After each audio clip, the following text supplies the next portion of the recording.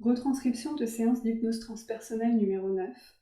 Ulrich, général de l'armée russe, un ange participant à la création de la Terre, travaillait dans l'unicité pour aider le plus de monde, et 2 âmes en une. En 1939, puis 1941 à 1943. La première scène se passe à Varsovie en plein bombardement. Les gens courent partout. Ulrich a 32 ans, il est général dans l'armée russe.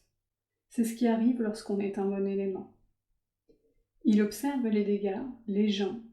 Mais les gens, c'est pas important, parce qu'il y a toujours des dommages collatéraux en temps de guerre, quoi que l'on fasse. La mission d'Ulrich était de s'emparer de Varsovie. Il y a eu beaucoup de dégâts humains et matériels. En regardant cette scène d'horreur, Ulrich pense que cela aurait pu être sa famille, et cela lui fait mal. Il pense que la guerre est sale. Il n'a pas toujours pensé cela. Il s'était engagé pour protéger son pays. Cela fait des mois qu'ils ont entamé cette bataille pour envahir la Pologne.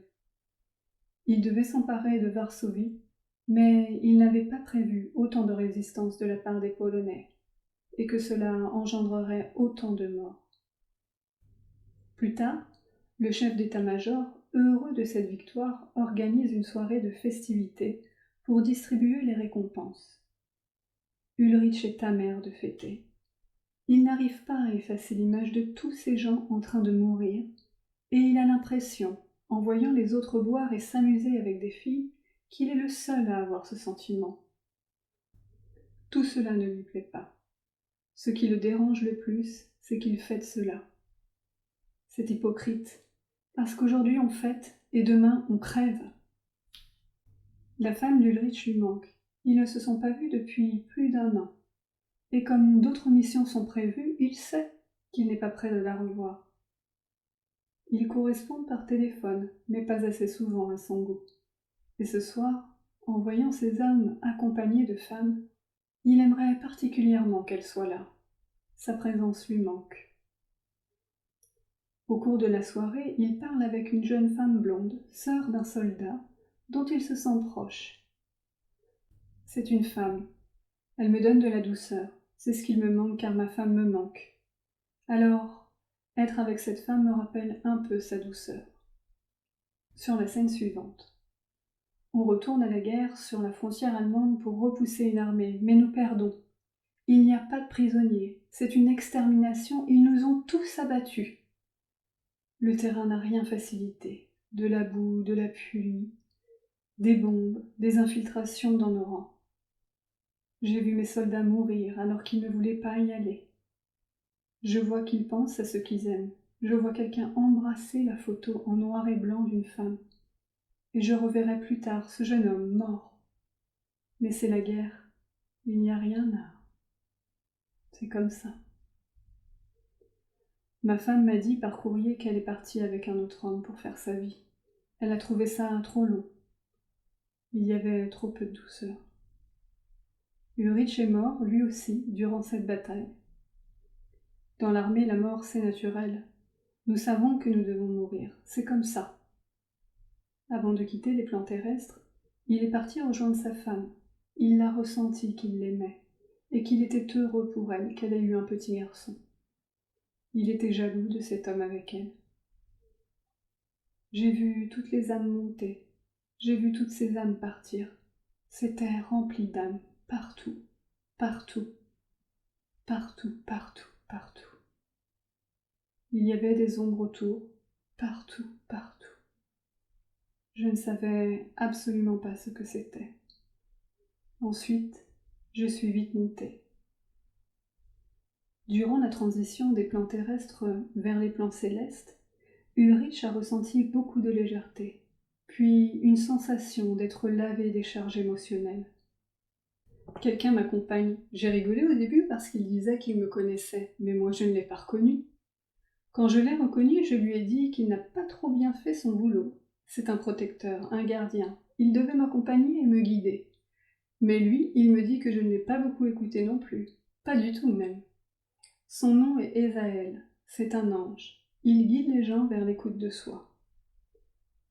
Au bilan de vie, je comprends que j'ai tué plein de vies et que ce n'est pas rien. Ce sont des vies, et les vies, c'est important. Il ne suffit pas de dire que c'était un métier, que cela faisait partie de mes fonctions. Nous sommes tous responsables de nos choix. Il est important de faire la part des choses entre le bien et le mal qui réside en soi. En aucun cas, l'extérieur n'est responsable de nos choix. Ils veulent, ce sont, je ne sais pas dire leur nom, ce sont des grands guides. Ils veulent que je comprenne qu'il faut écouter ce que l'on a là, là, là. Il me montre son cœur. Oui, et que je dois prendre soin des vies lors des prochaines incarnations, mais pas tout de suite. Je dois attendre que la guerre soit finie, me reposer, et apprendre ce que je dois apprendre pour prendre soin des vies. Le but de cette vie était d'apprendre la règle et le respect, la droiture dans le respect des règles. C'était aussi un exercice pour apprendre à s'écouter. Je l'ai un peu fait lorsque j'avais des remords, mais pour moi il était inconcevable de l'appliquer. Parce que c'est ainsi les règles et la guerre. On sait qu'il y a des dégâts. J'aurais pu ne jamais m'engager, mais je voulais la reconnaissance. Je voulais une place à un poste de haute fonction. Le regard des autres était important. Ils me voyaient comme quelqu'un d'important. J'ai écouté mon ego, ma fierté. Pour moi, les sentiments n'avaient pas leur place. Je faisais mon travail et je le faisais bien. Sur la deuxième vie, nous rencontrons un être humanoïde, homme, femme à la fois, avec beaucoup de lumière, et qui lévite, dans un espace non incarné, où il y a de belles habitations blanche crème. Il y a beaucoup de lumière très claire qui ne ressemble absolument pas à la lumière du soleil. Il est ce que l'on appelle, nous humains, un ange. Nous préparons un projet, nous sommes très excités. Nous allons créer des mondes. Il y a beaucoup de choses qui vont se faire. Création de mondes, de nouveaux êtres, tout le monde est très excité. Nous allons bientôt faire une rencontre multi-universelle de différents êtres venant de différents espaces qui vont se réunir pour ce fameux grand projet. Vous êtes nombreux à vous réunir pour ce fameux grand projet? Nous sommes à des années-lumière de ce que les humains peuvent imaginer, ce qui le fait beaucoup rire, car les humains n'existaient pas encore. Nous avons décidé de créer tout cela pour l'amour, pour la joie, l'envie de créer. Nous sommes des créateurs, nous aimons créer, créer la vie, créer l'art, créer l'énergie. Nous créons aussi l'énergie, nous sommes là pour créer. Nous aimons faire grandir la vie. Cette expérience que nous voulons créer est unique. Nous voulons savoir s'il est possible, dans les dimensions les plus basses, de trouver la lumière, la révélation de l'être. Est-ce qu'il est possible que la lumière puisse transpercer l'ombre, puisse naître, puisse exister des plus bas tréfonds? Nous voulons aussi créer un lieu vivant. En fait, il y a différentes dimensions. Nous sommes sur un plan extrêmement élevé, par exemple, d'autres entités de d'autres dimensions n'ont pas le même niveau de vision des choses que nous. Nous voyons les créations. Cette expérience comme quelque chose de magnifique. En soi, nous avons vraiment l'espoir, et nous savons que la lumière va transparaître, et qu'il y aura la création de milliers d'autres créatures. Mais sur d'autres plans, il y a des êtres qui vont utiliser ça pour, je dirais, l'avancement personnel de leur dimension à eux. Ce qui est extraordinaire, c'est que sur ces différents plans, différentes missions, un même lieu n'aura pas la même fonction. Et ce qui est magnifique, c'est que ce même lieu sert pour différentes fonctions en fonction du plan où on est. C'est magnifique. Nous avons rencontré de grands. Vous appelez ça des géants. Nous les appelons des maîtres, des créateurs. Vous les appelez des éolines. Mais les noms que vous donnez sont tellement... Leurs sens ne sont pas assez expressifs de la dimension magique de tous les êtres. Et ils sont l'âme en fait, qui se présente. Par exemple, la Terre. Avant que la Terre soit créée, l'âme, cet être immense est venu, était là pour se préparer à devenir la Terre. Voilà, c'est la rencontre de plein d'êtres. C'est magique, je me sens tout petit à côté de l'âme de la terre. Des fourmis. Vous avez créé chaque être, chaque plante, chaque molécule de la terre? Oui. Est-ce que la terre a été votre spécificité ou avez-vous créé d'autres choses, d'autres êtres, d'autres endroits que la terre? La terre était notre spécificité. De ce que j'ai connu, de ce que j'ai grandi lorsque j'y étais, la terre. Bien sûr, il y avait d'autres projets, mais nous étions pour la terre. Nous avons imaginé chaque chose qui se présente dessus en concert avec plein d'autres êtres. Vous m'avez dit que vous avez créé tout cela pour voir si la lumière peut transparaître des plus basses dimensions. Mais la Terre n'est-elle pas déjà quelque chose de fantastique? C'est quelque chose pour moi de lumineux, alors dans quel sens en fait? Pour la vie? Quand je dis pour la vie, c'est pour l'amour de la vie.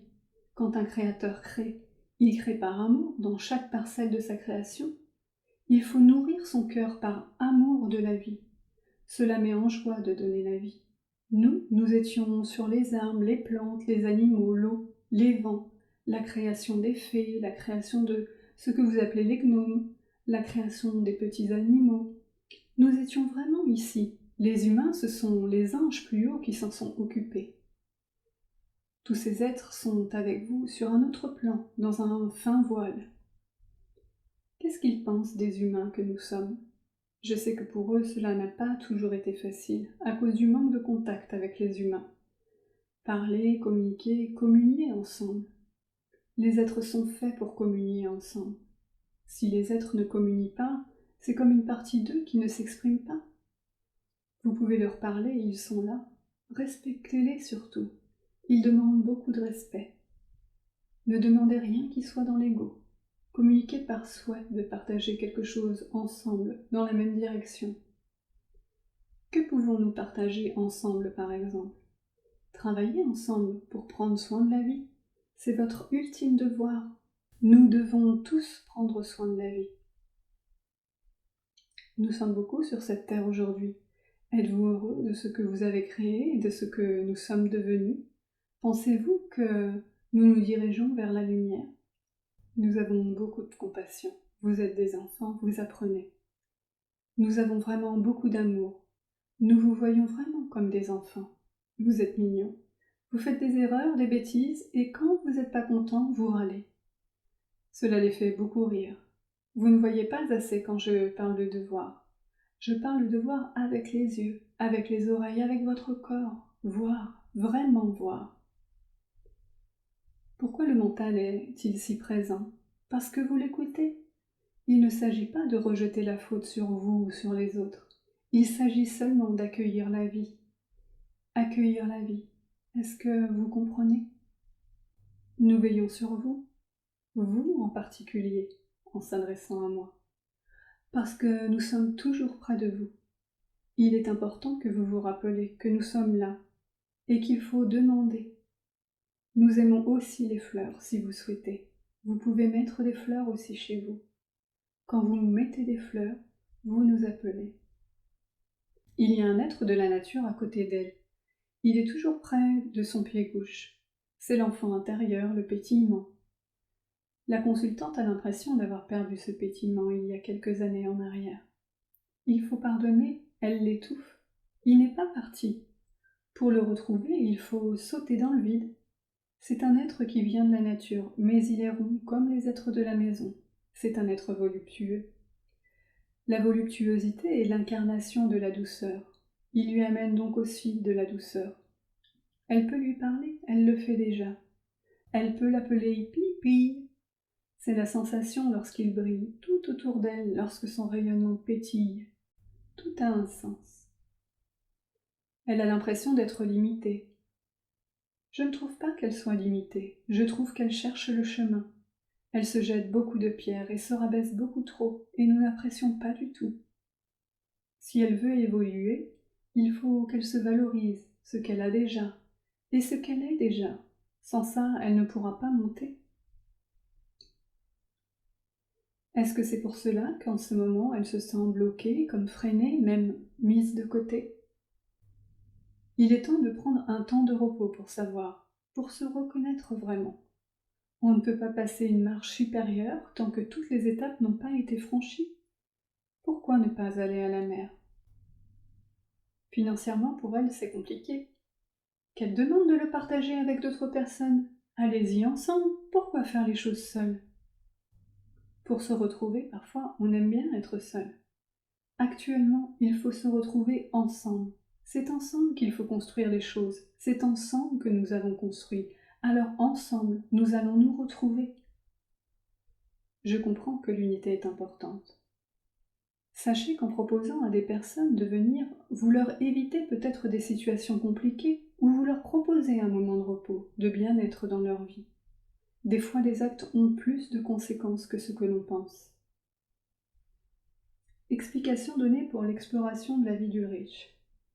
On n'est pas les sauveurs. Restez droit dans ses engagements. Quand on décide quelque chose, on le fait même s'il y a des difficultés. Il y en aura toujours. Il faut qu'elle croie en elle, sinon comment veut-elle y arriver? Elle doute, elle ne croit pas assez en elle. Encore un effort. Poussez, poussez jusqu'au bout. Pourquoi ne demande-t-elle pas d'aide? Autour d'elle, il y a des gens qui peuvent l'aider pour la mise en place de son projet, matériellement parlant. Il est important pour elle de recevoir les gens. Il y a des personnes qui vont s'associer avec elle pour travailler ensemble.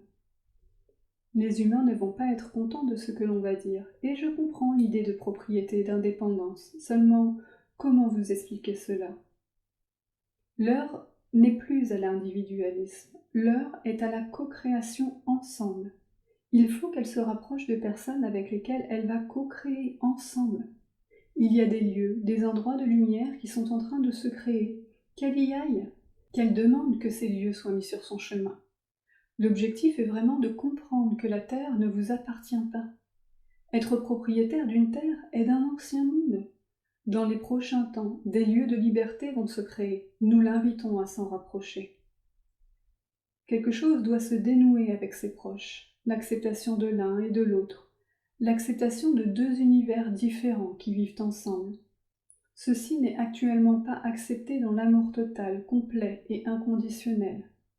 Ses parents la protègent par amour. Ils ont perdu un enfant à eux, mais nous ne pouvons pas lui en dire plus à ce sujet. Elle va travailler dans différents domaines de bien-être en lien avec les humains et les animaux. Sa mission est d'aider les humains, c'est une volontaire. C'est une manière de se reconnecter. Il y en a d'autres, plein d'autres, et de transcender d'un monde à un autre. Chaque être a sa propre vibration.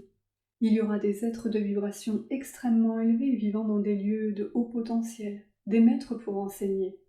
Il y aura aussi des êtres bien entendus qui auront des vibrations différentes. Je ne dirais pas en dessous car c'est un terme, en termes humains, qui est assez péjoratif et nous n'aimons pas ça du tout, mais qui n'auront pas la même vision. Chaque être a son chemin à son niveau. Une personne qui n'a pas conscience d'elle ne pourra jamais aller voir une personne, une thérapeute, qui a une vibration cristalline, comprenez bien. Chacun a ses potentiels, ses particularités, ce qui permet de toucher le maximum de gens différents.